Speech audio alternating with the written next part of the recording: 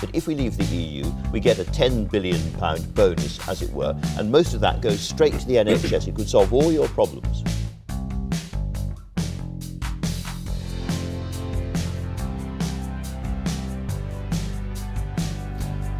So I take very seriously the conversation you had with the Governor of the Bank of England, who was sitting in this chair last week. And when Mark Carney says that the risk of a slowdown in economic growth, possibly a recession, if we end up exiting the EU, if Mark Carney is right, then that is a severe concern for the National Health Service, because it would be very dangerous if at precisely the moment the NHS is going to need extra funding, actually the economy goes into a tailspin and that funding is not there. It's been true for the 68 years of the NHS's history that when the British economy sneezes, the NHS catches a cold. And this would be a terrible moment for that to happen at precisely the time the NHS is going to need that extra investment.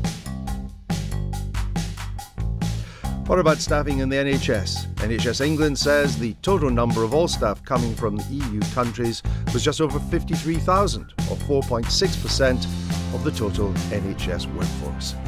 A total of 9% of NHS England's hospital doctors, 6% of its nurses and health visitors come from other EU countries.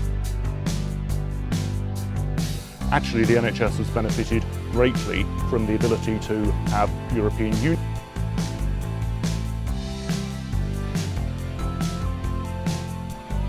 nurses alongside the increases we need in British-trained nurses, doctors, which we're putting in place. The impact of migration, the pressure on services that places. And look, this is not black and white.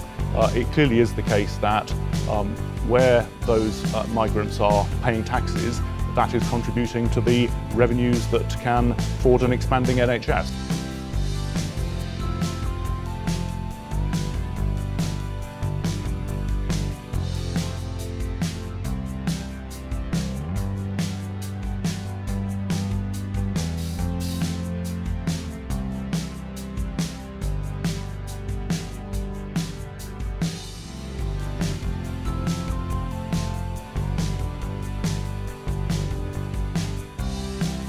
The risks would be greater were we to find ourselves in economic downturn, were we to find a number of our nurses and doctors contemplating leaving, and indeed if the pound were affected, because a lot of the drug treatments that we buy are priced in euros and dollars, so that could make it more difficult for us to get the treatments that we need at an affordable price.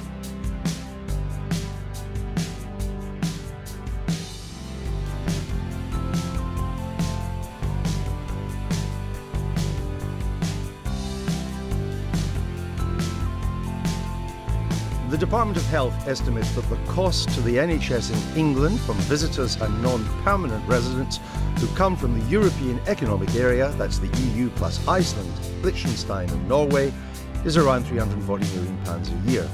To put that in context, the total annual expenditure in England's NHS was £113 billion in 2014-15. NHS, everybody else has got an opinion about the NHS, and therefore I think it's perfectly reasonable for the NHS itself, when asked, to lay out the balance of the advantage in an objective, non-sensationalist way. These are just the practical realities that the NHS would be facing, and as one of the nation's most important social institutions, it seems reasonable that as we take one of these big important national decisions, this goes into the balance.